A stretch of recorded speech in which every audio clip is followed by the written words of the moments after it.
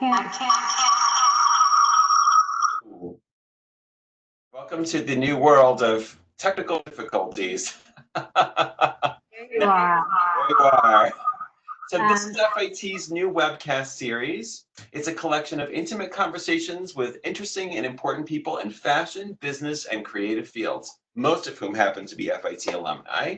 I'm Alex Joseph. I'm the managing editor of FIT's Hue magazine, and I am also an alumnus with a master's degree in fashion textile studies, history, theory, museum practice.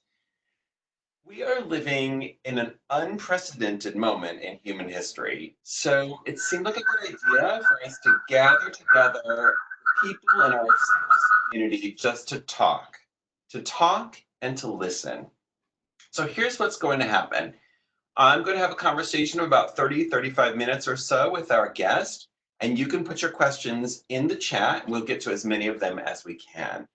Our handles are also in the chat, and please remember to tag hashtag FIT alumni in your posts.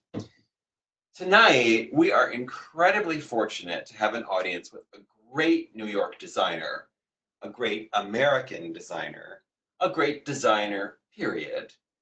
Norma Kamali created a coat out of a sleeping bag, an adjustable dress made of parachute silk, high-heeled sneakers, and suits of jersey sweatshirt material. She was a pioneer of athleisure. These designs brought flexibility and style into the lives of ordinary women. But more important, these innovations are still around. Lady Gaga wore the sleeping bag coat in concert, for example. No one has improved on her swimsuit designs, worn famously by Farrah Fawcett and Whitney Houston and Beyonce. Kamali was one of the first people to see the importance of try-at-home fashion, and she even did a collection for Walmart because in her democratic vision, everyone deserves to look good. And she has continued to evolve. She now has a wellness line. She has designed gender-fluid clothes, and she even has her own podcast, which can be found at normakamali.com, where you can hear her interviewing people like Christine Barberic, this founder of Refinery 29, and RuPaul. Kamali is a graduate of FIT's program in fashion illustration and truly one of our great luminaries. At this very strange moment in American history, and American fashion history in particular, we turn to someone who knows a lot about longevity and stamina. So Norma told me that I can call her Norma. Thanks, Norma. Good to talk to you. Are you? Nice to talk with you too. I have a lot of reverb. My goodness. Is your phone on? That might be it.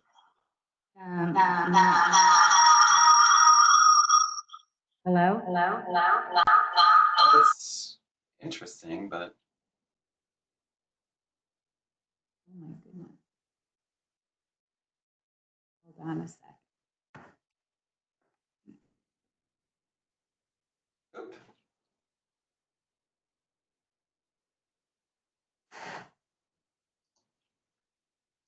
Sorry, I just wanted. That's okay. Okay. Okay. Okay.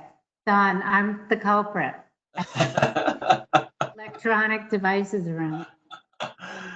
So, I thought I would start by just asking you, a lot of designers, when they start, they're very, very creative, and then they sort of peter out. But you have really not done that. So can you talk a little bit, like, how do you stay so creative over a long period of time? Well, I guess I should say that, first of all, in my 53rd year in business, I own my own company. I'm hanging by a thread to say I don't owe any money still. And I'm 74. So I say that first to kind of say to everybody that there's no schedule or timeline. Everybody has a different pattern for their lives. And for me, I always made the decision to live a creative life. And that meant I had to be my own boss, and I had to also figure out how to run a business. And so one of the things that helped me was the fact that I wanted to design anything I wanted, but I also had to pay the rent.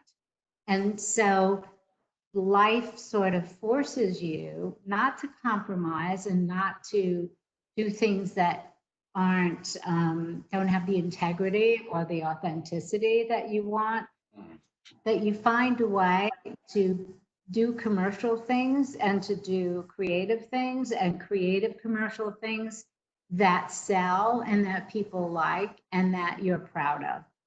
And I think that that's the secret to just hanging around longer than people. And because I had to do that and I didn't have anything to fall back on, I had to figure out how to make it work. And it wasn't easy for sure. It took 14 years before anybody outside of a very underground culty group of people knew who I was or what I was doing. So it took a long time to get to a certain point. But it was because I decided to be independent. You had said in your conversation with the VNA at the VNA, you said, I didn't really want to be the richest or the most famous designer. That's kind of interesting. I mean, yeah, I mean, you have to make a decision about what's important to you. So living a creative life was for sure very important to me. But I understood that that may not mean I'm going to make a lot of money or be the most famous designer or richest designer. But I don't really care about that. I've never really cared about that.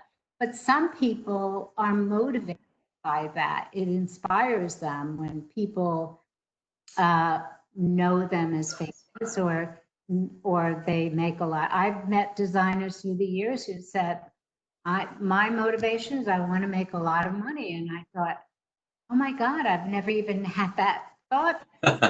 And guess what? They made a lot of money. So it's what drives you and what you feel you can live with in your soul. That's really important. You actually grew up in New York, correct? And you originally wanted to be a painter, I've read. Yeah. So how did you end up at FIT? Well, first of all, I grew up in Manhattan. My family was not rich, not even almost rich, not very far from it.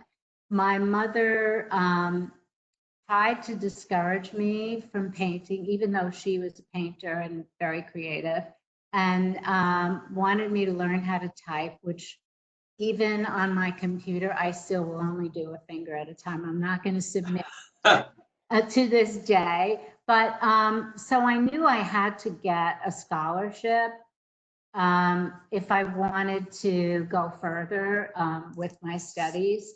And I was studying anatomy, and I also had a painting scholarship. And then I got the scholarship to FIT, and I thought I'll study illustration because it's about the human form and fabric draping over the human form. But I really did not want anything to do with fashion at all. I was not interested. It was madman time. And the clothing meant you had to wear girdles and corseted bras and matching everything. I just wasn't in that mindset. I was wearing vintage clothes when nobody was wearing vintage clothes. I was finding, I loved old movies, so I was dressing one way and everybody else was very suited up. Even at FIT, girls would come in with hats, gloves, handbags, shoes, everything matching, groomed, and I was like, I do not belong here. I have my scholarship and I'm gonna get through this. Was that did you meet Antonio, the illustrator, when you were an undergraduate, or? Yeah, so Anna Ishikawa was, for me, the most important inspiration as far as teachers and instructors go. And she was my instructor at FIT, and she made my experience at FIT memorable, and she was unforgettable, and she was very tough. She would make everybody cry.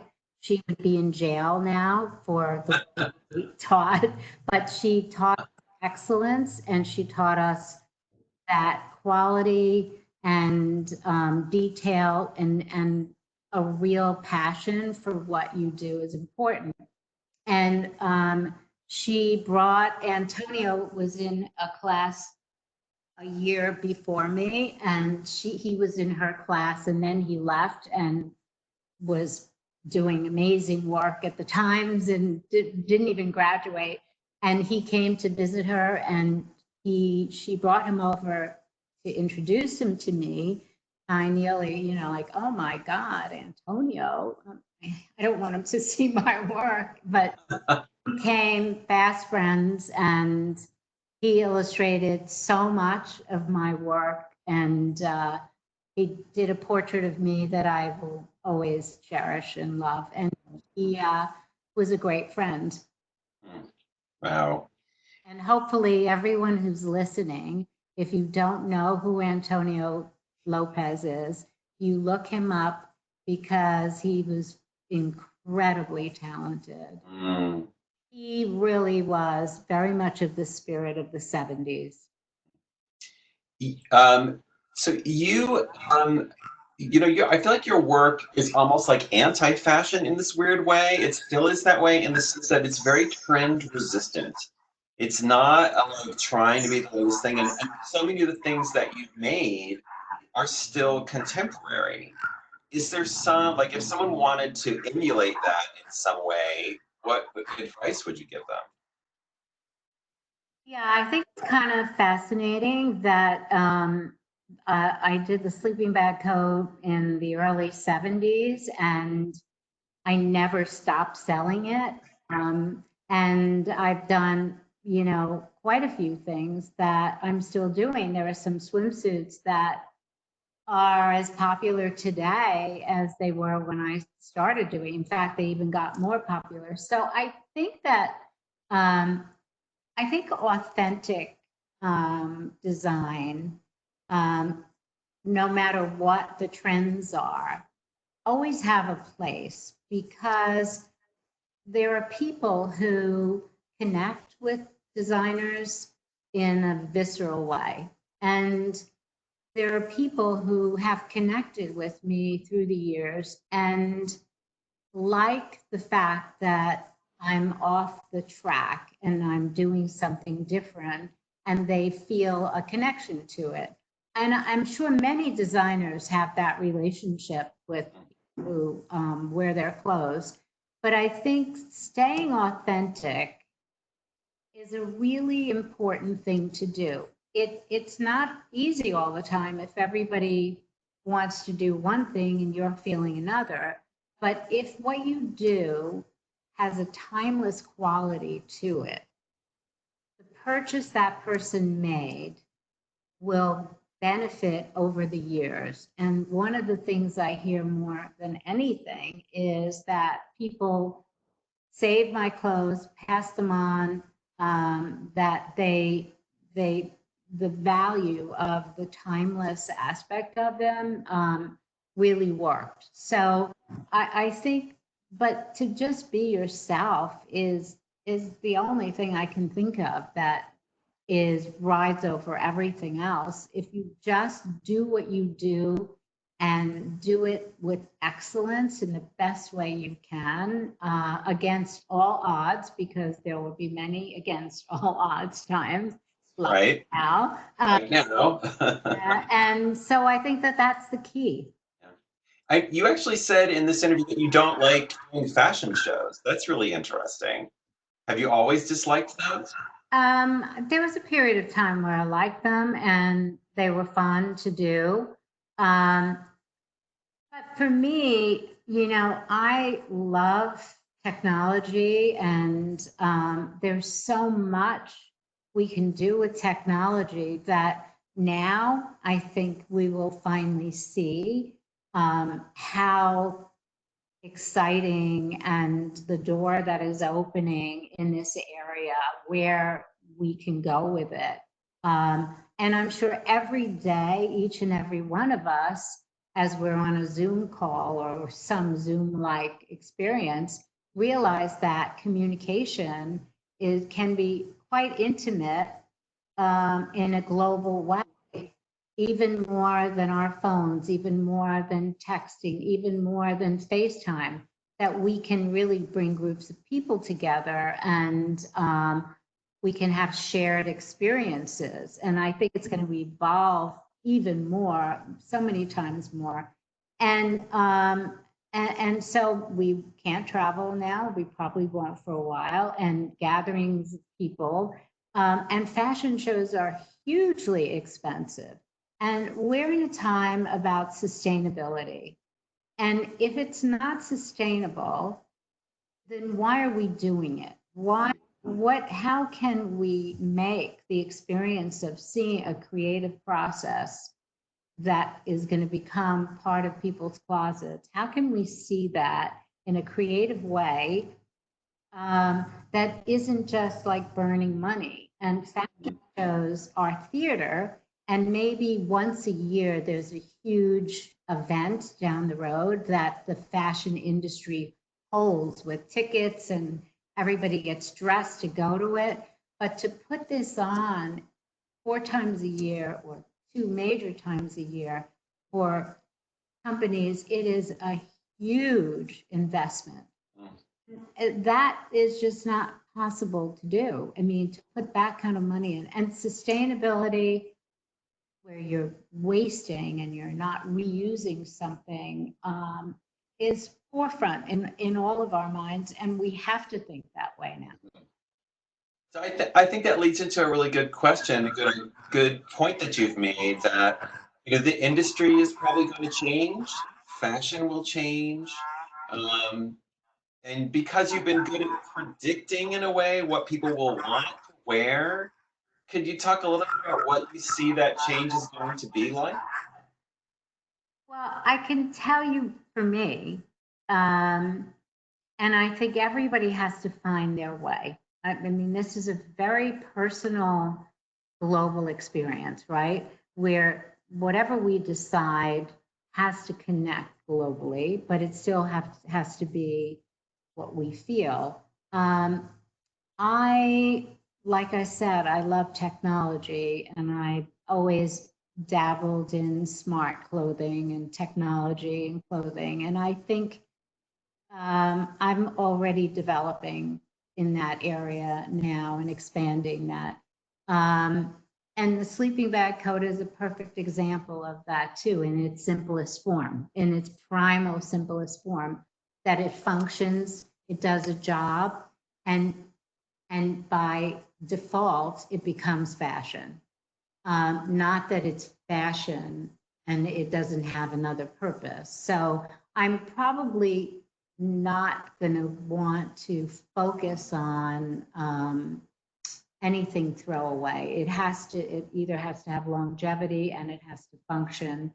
So I think that area for me is very important. Also, the way I run my company, the way we practice what we do, the way we sell clothes, the way we communicate, the way we make a collection, how we do everything, the space we're in. Do I need all of that space? Do I need a retail store? All of these are being answered every day, and everything is different. And I'm excited, to be honest, because if this sort of fast forwarded all of us to do what we were going to do anyway. And the faster you get on it and do it, the better. Could you tell me a little bit more about that? You said technology in clothing was something you were working on. Can you talk a little bit about that? Well, I think I think having, if we just think of things that are important, um, we want to feel protected right now, right? So I'm just taking an immediate challenge. We want to feel protected. So I'm going to give you an example. 9/11 happens, and it was, September 11th. It was muggy, it was warm, and all of a sudden we are getting calls for a sleeping bag coat. And the reason people wanted the sleeping bag coat, even though it was so warm, was it was like a cocooning effect. They wanted to feel safe and protected. They were sleeping in hotel lobbies and airports. And so there was a sense of protection. And so at a time like this, we also want to feel protected. So we're wearing masks and gloves and how can we feel safe and protected? So my challenge is, well, what does that mean for me as my job? How do I interpret that as a designer? How do I combine function and style and a timeless quality to it? So it's not some gimmicky, so it's not a face mask with little, hearts and flowers on it. And there's nothing wrong with that, by the way, because Right. it makes you happy. You put that face mask on, it make you happy. But what I'm saying is that there's an intrinsic value to a benefit to what that creation should be. So are you using a lot of new fabrics in your work? Yes, I always try different fabrics, but I think it's more than only the fabric. I think it's what the garment achieves. And to me, the fabric, of course, is important because it should be easy to take care of. We should never have to dry clean anything. It should just serve a purpose. You put it in the washing machine, it comes out, and it's good to go. That everything sort of functions and it functions well. But fabric is one part. It's a number of things that you have to put together to get the result you want. And again, and always remember, it has to be timeless. That can't just be for this moment. You have to think long term, even though you may not know what long term is. So how do you think manufacturing is going to change? This is my favorite topic if you want to get me worked up. Just press the button. First of all, I have a factory in New York, and I have a great factory that I work with in China. I met this woman 15 years ago, and I was very unhappy with the quality of the factory I was working with. And she approached me and she said, if you give me a chance, I can make the clothes you like. And she did, and we've grown together in a big way. And she not only left the company she was with, but she left her husband, took her 3 kids, and started a new life with me in this factory. So I have an investment spiritually and emotionally with this woman. However, we really have to look at where we manufacture, the quality, the value, the resources.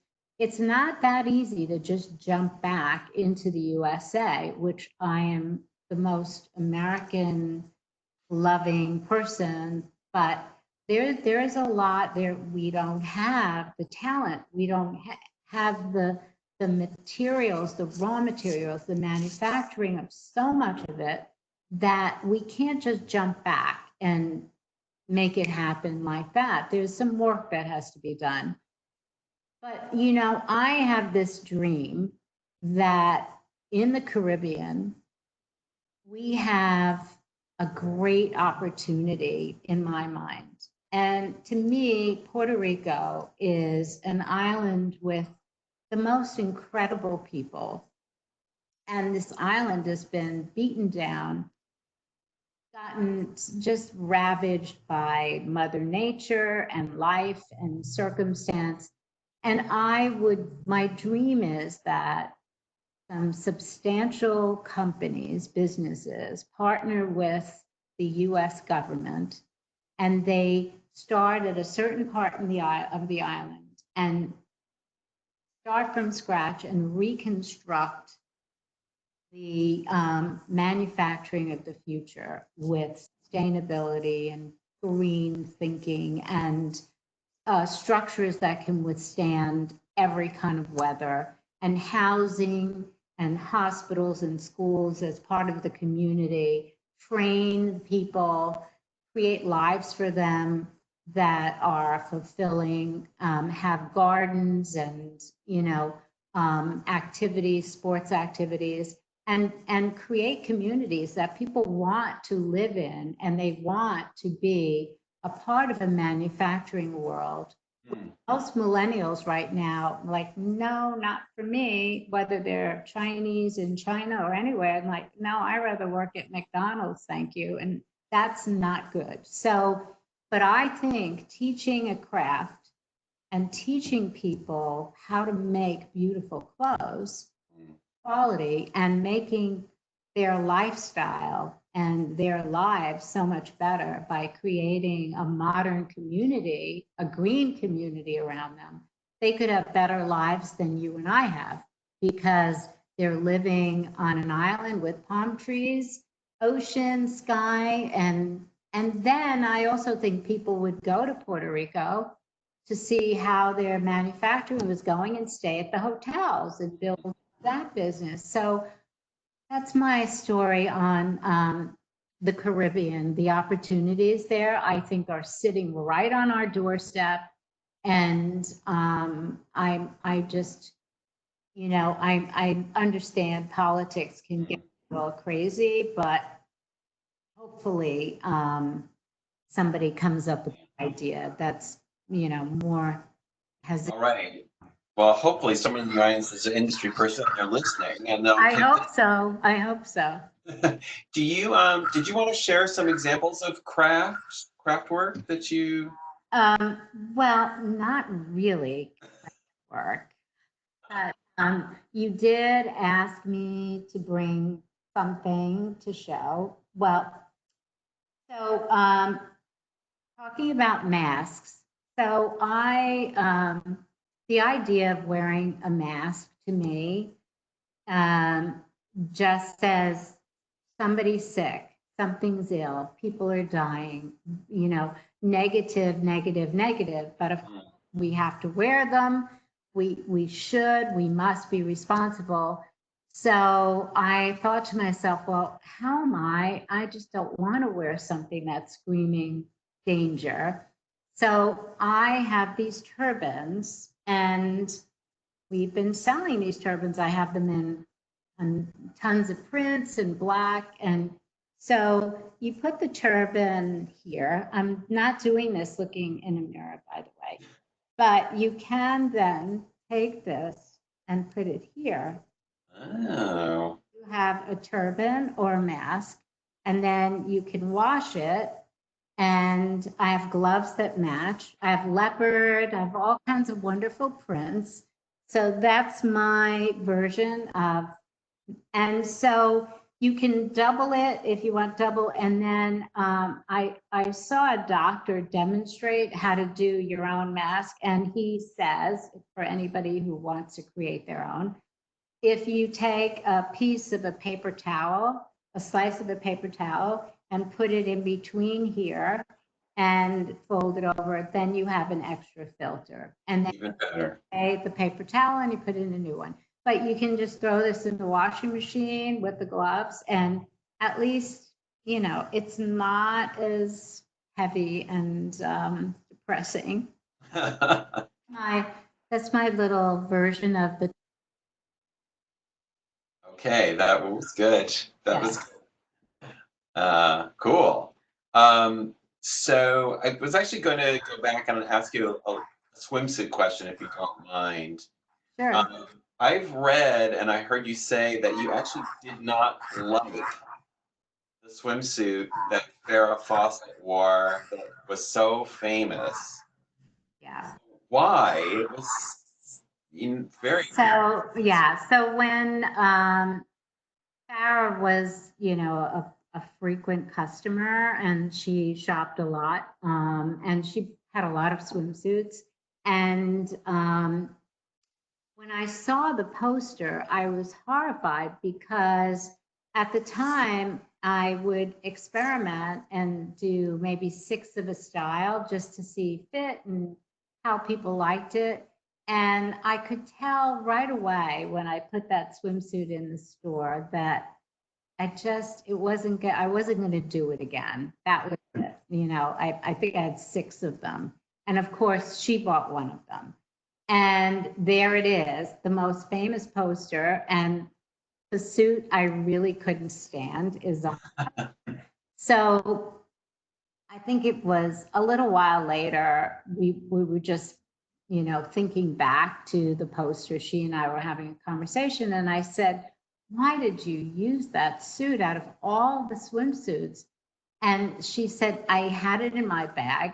I was with my friend that was a photographer, and we were just going to take pictures and see what happens. And that was the picture. And that suit was in my bag. And I thought, oh my God.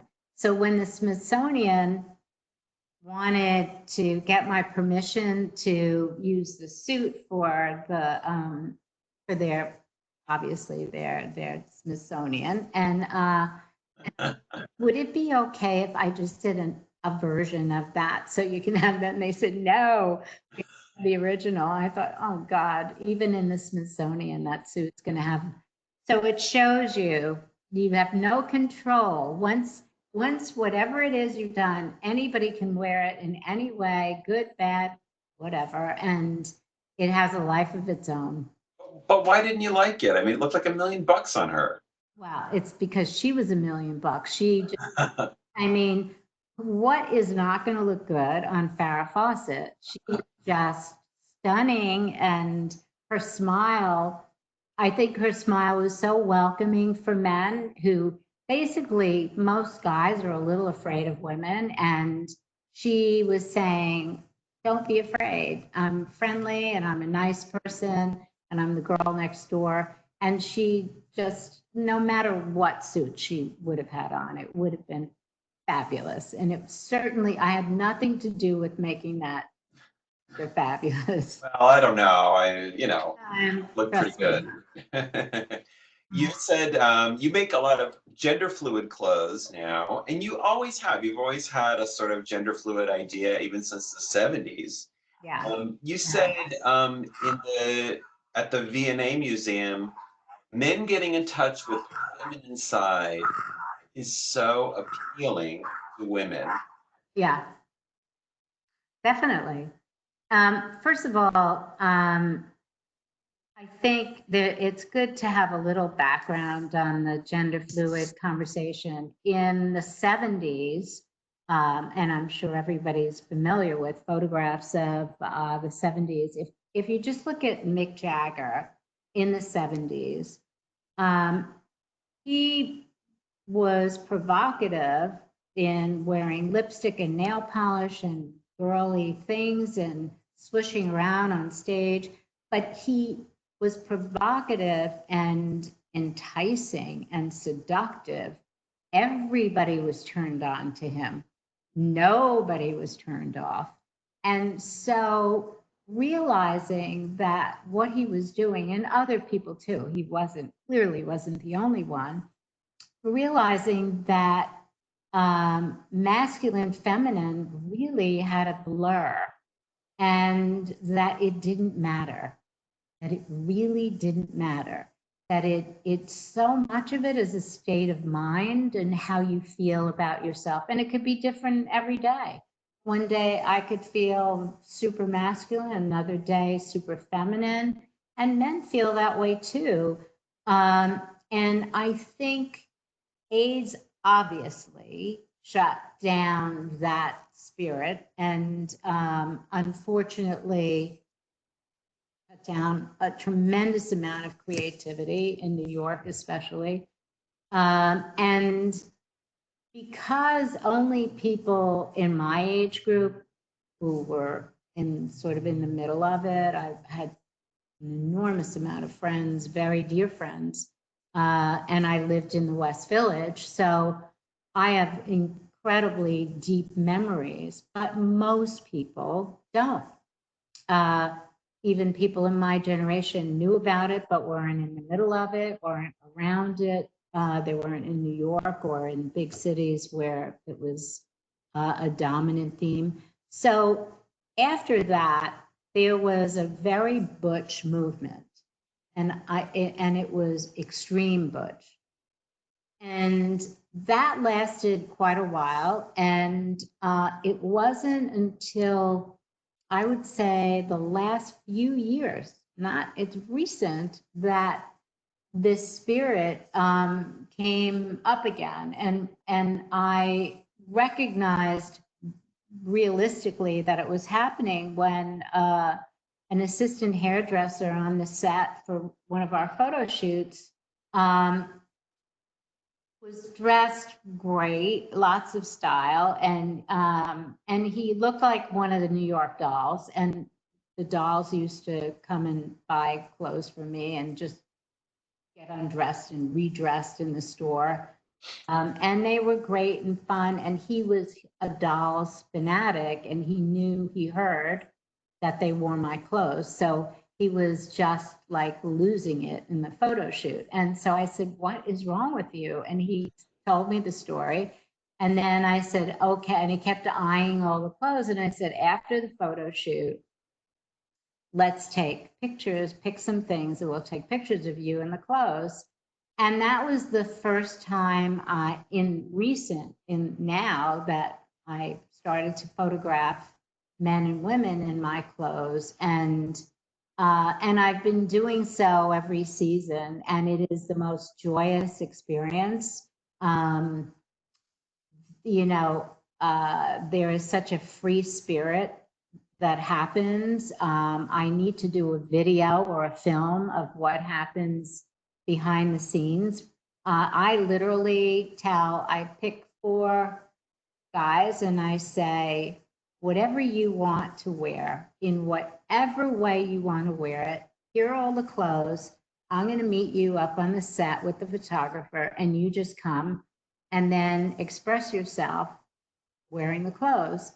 And it's joyous. It is exciting. I just am surrounded by incredibly talented, joyous people when we do these shoots. And so the photographs speak for themselves, and they show the creative spirit, and that gender fluid is such a great new word. And that's a door that's open now, and it won't close. It's not, That's awesome. it can't close. Cool. Let's do some questions from the audience. Adrian Johnson asks, how has the nature of your creativity changed over your years of work? And do you think your urge to create has deepened over time? One of the things that I found helpful for me, I'm not sure this is true for everyone, but the different types of things that are creative that I can do at the same time give me more creative fuel for what my main thing is, which is fashion. So I've done many other things. Why I've done films, I've done furniture, projects forever that sort of feed into my process. And the benefit of experience is you know what's good and what's not good right away because you've seen everything. You've seen just about everything. So whether it's something a student does or something a designer who's, just starting in the business or even halfway in the business, or me, I have a very good sense of something that has value. There's no good or bad, obviously, we know that.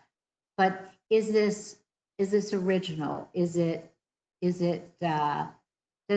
bring something to the table, have value? And so experience does that. And I think I've gotten better because I just have more experience. And there's no way to get it except to get age and to sort of, get better and more prolific with the value of experience.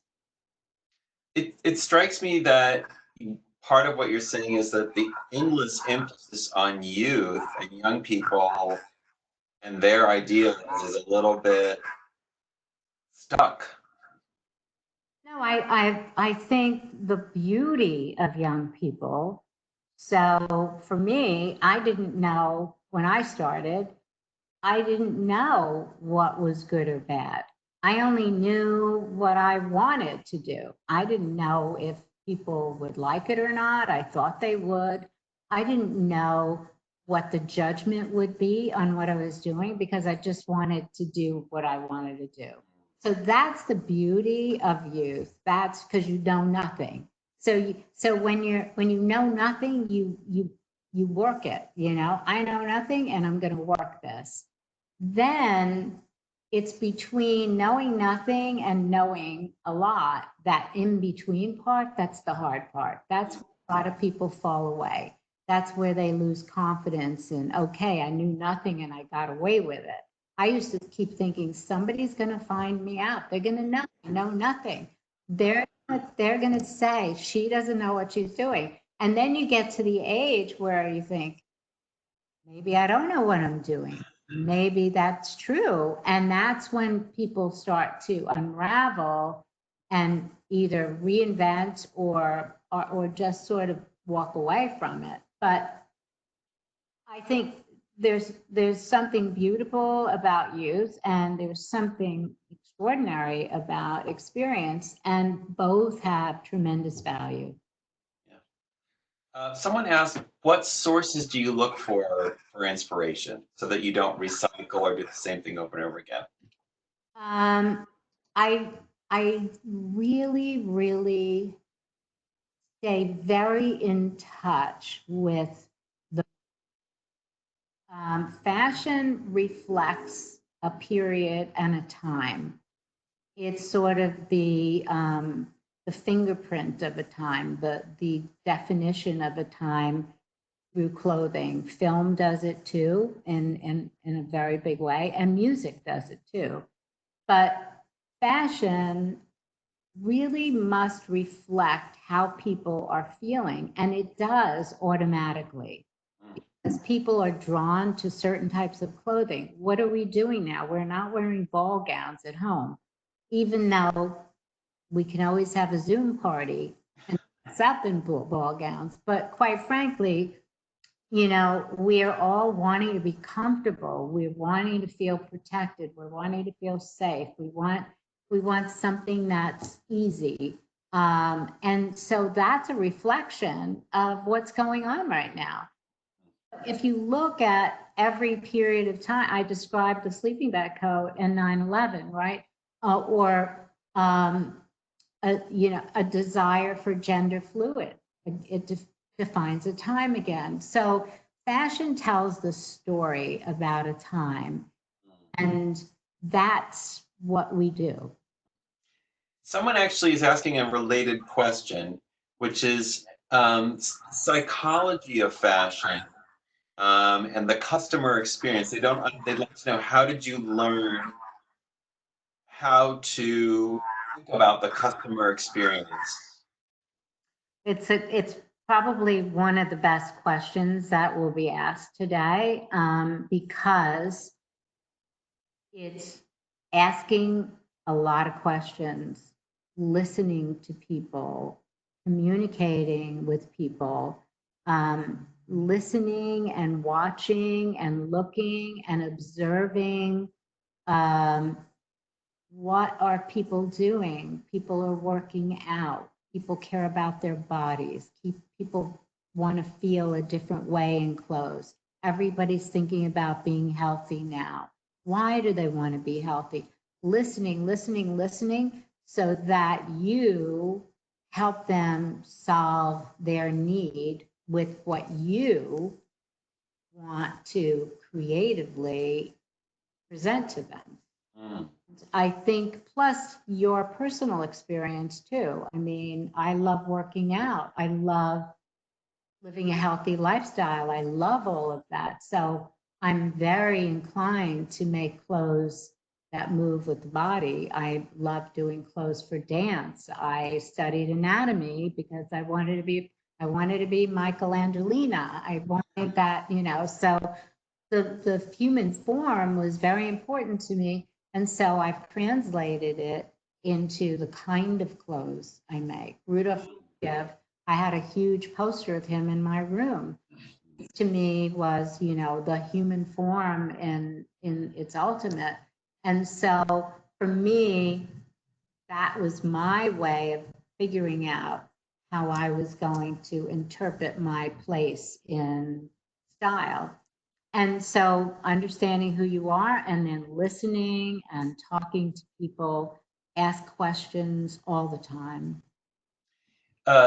This person, I think, is just getting started in fashion. They're saying, what advice can you give someone trying to make it in the world? This person wrote, this is very touching. They're saying, I moved to New York a year ago, and with the pandemic, I'm afraid fashion design jobs are going to be very hard to find. What would you advise?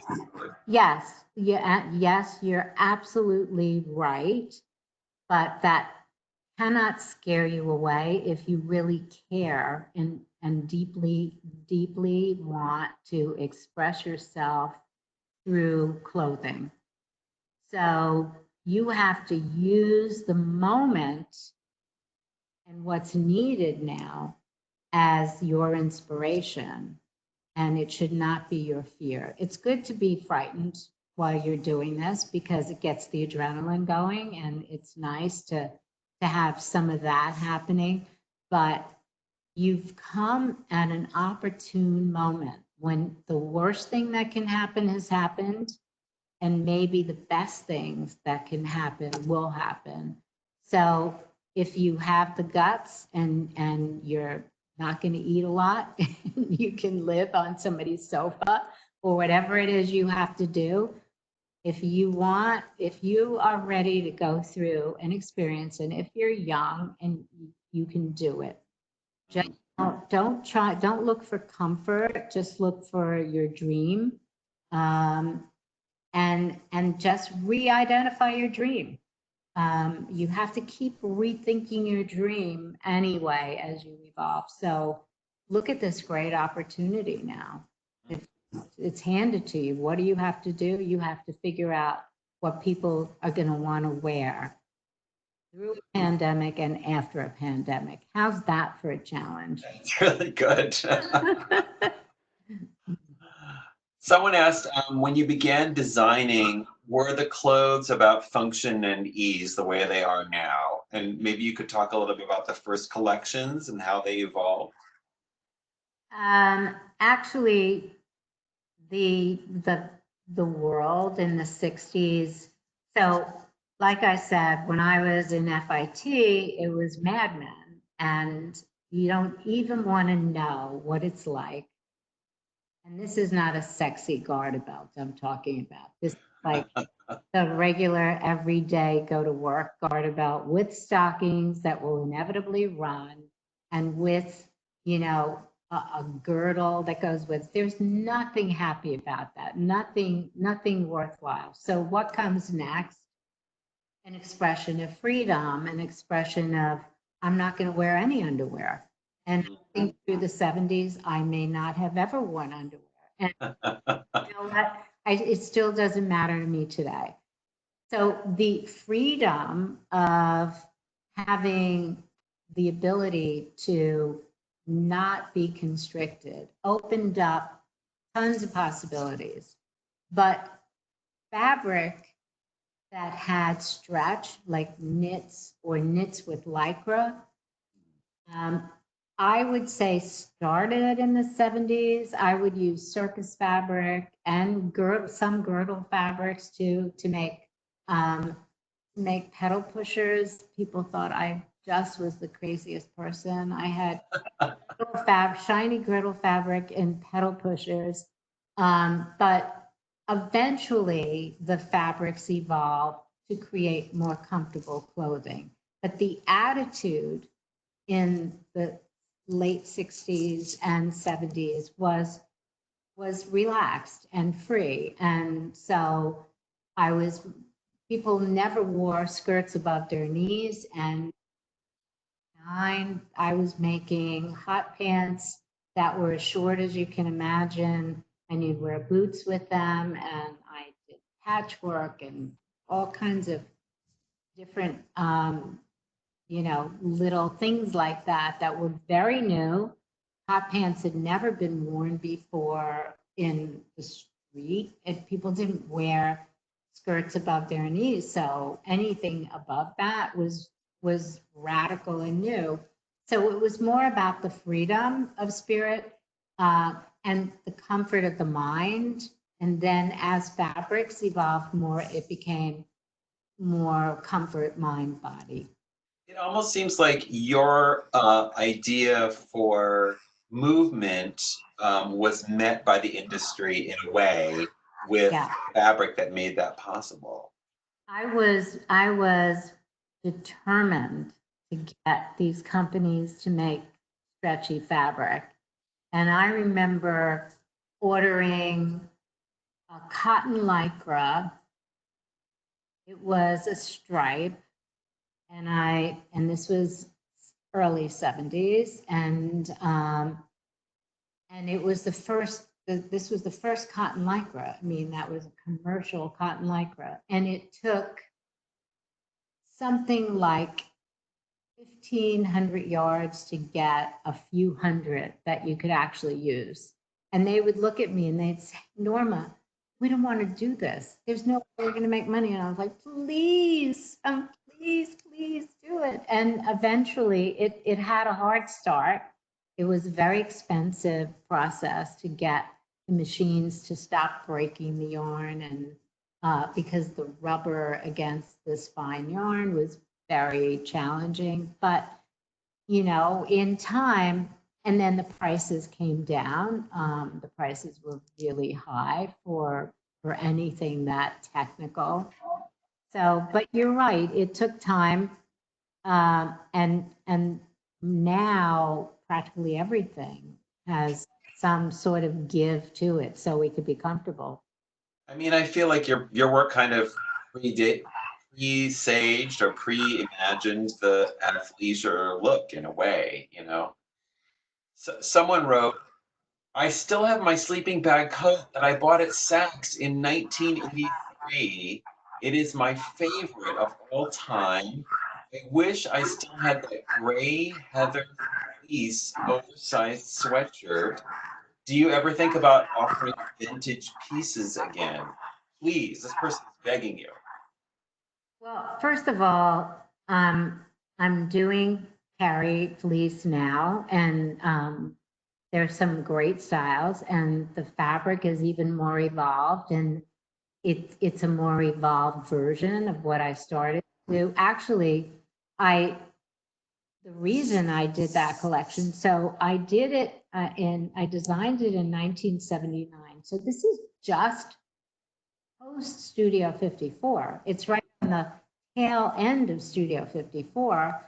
And we're talking glitter, color, cha-cha. And nobody was thinking about wearing gray sweatshirt fabric. So I was doing my swimwear collection, And I used to swim a lot in the city pools. I would climb over the fence at night, have a gray sweatshirt to put on when I got out of the water because it was from the Army Navy store for men. It wasn't a women's sweatshirt. You couldn't find sweatshirts for women except maybe at colleges. And then, so I remembered wearing the sweatshirt when I was swimming. So I started to do cover-ups in gray sweatshirt fabric. And then I thought, oh, let me try a gown. Let me try a skirt. Let me try a dress. Let me try a coat. And I did everything you could think of in gray sweatshirt. And I had the collection and I knew there was something special about it, but I was so afraid to get knocked off because I was always getting knocked off because people could. I didn't have a big company, but my store was filled with ideas. And so I got in touch with Women's Wear Daily and I said, somebody please help me. I have this collection and I need to know what to do with it. And they introduced me to Sydney Kimmel, who had Jones Apparel. And in 2 weeks, we had a deal and he produced the collection and distributed it. And that's when, and then literally when it was being shipped, there were lines outside of department stores and everywhere because people had never seen anything like that. And the pendulum had swung from shiny, glittery to this other sort of more sober. People were thinking about health, right? Health, we're talking about early 80s, there's a shift. And so it was the right moment and time for that. And it really opened the door to people wearing sweatshirts to work and to on the street. Nobody had ever done that before. And it just hit the moment in time where the beginning of how we feel now was starting to come into people's mindset. Wow. That's great. I think it'd be hard to do that now in a way, right? That kind of quick, putting something out into a store, having an idea, into a magazine, and then having it realized quickly by because we don't manufacture clothes here. I'm assuming those pieces were made in New York, right? They were made here, yeah. But and then in the 80s, a lot of manufacturing left the States for a number of reasons. That's another big topic. And all the talent left too. The way things were made and the way things were developed and even the way people were taught how to make clothes, so different now. And technology helps. Not everything sort of goes down in a slide. There's always something else.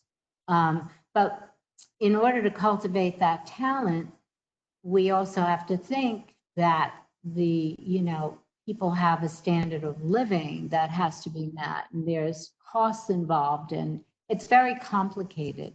It's so it's a new challenge. It's what we have to do right now, and so we have to go to Puerto Rico and make beautiful things happen there. I think it's a great idea. Last question: where can we purchase your turbans? So I have a website, normakamali.com, and I have been a big proponent of e-commerce for many years. And that was one of the best things I decided to get behind very early, because I was able to get through some of the difficult years that the fashion industry has been experiencing because of that. And I think now too, nothing is easy, but there are opportunities through e-commerce. So and you can also follow me on Instagram, and you can see other goodies on there, and I have demonstrations of my turbine there too. Cool. Norma Kamali, thank you so much for chatting with us. This was Thank great. you. It was awesome. I just want to say a couple quick things. One person did ask if these are being recorded. They are. They'll be archived on the Hue Live page, so that they should be available within a day or so, hopefully after they're done. It does take us a while. Please be patient with us during this time. Coming up in next week, we are going to have Elise Doganieri, who is the producer of the show The Amazing Race and has won Emmys for that work. And in early June, we will be speaking with Dana Eason Johnson, who's on the TV show Making It. Thank you so much, Norma. Thank you. And Thank thanks you. everybody for showing up and for asking great questions. It was great to talk to you. Good luck, everyone. Stay safe, everyone. Good night. Yeah. Bye-bye. Bye. Bye-bye.